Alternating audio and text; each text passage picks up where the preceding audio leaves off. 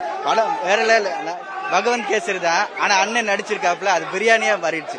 போட்டு அமைக்க பாலையாவே நினைச்சாலும் அந்த மாதிரி எடுக்க முடியாது.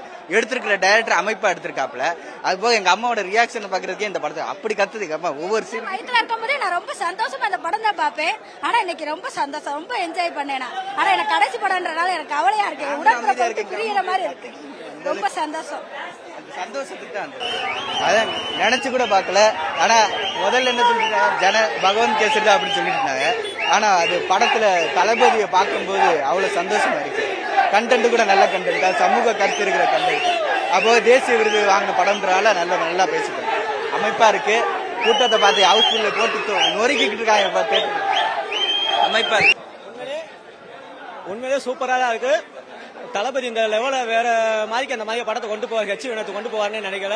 உண்மையிலே வேற மாதிரி பட்டாளமா எடுத்திருக்காரு தளபதியா. 2026 தமிழக வெற்றி கழகம் தான் முதலமைச்சர், ஜனநாயகன் தான். ட்ரெய்லர் வந்து படம் மாசா இருக்கு. ட்ரெய்லர் வந்து சூப்பரா இருக்கும். படத்துக்கு உருவானது எயிட்டிங்ல இருக்கும். அண்ணனை இதுக்கப்புறம் சினிமால ரொம்ப மிஸ் பண்றோம். திரையில இருந்து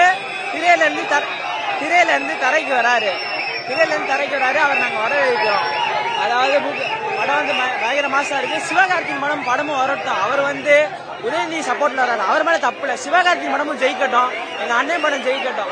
எங்க அண்ணன் நடித்த ஜனநாயகன் படம் வருக வெல்க. 4 ஸ்டேட் அலரும், தமிழ்நாடு பதறும், தேட்டர் சதரும். பயமா இருக்கா? 2026 பயங்கரமா இருக்கும். செலக்ஷனும் நாங்க தான், தமிழ்நாடு பாக்ஸ் ஆபீஸ் கலெக்ஷனும் நாங்க தான். அண்ணன் விஜய் வருங்கால முதல் விஜய் வாழ்க.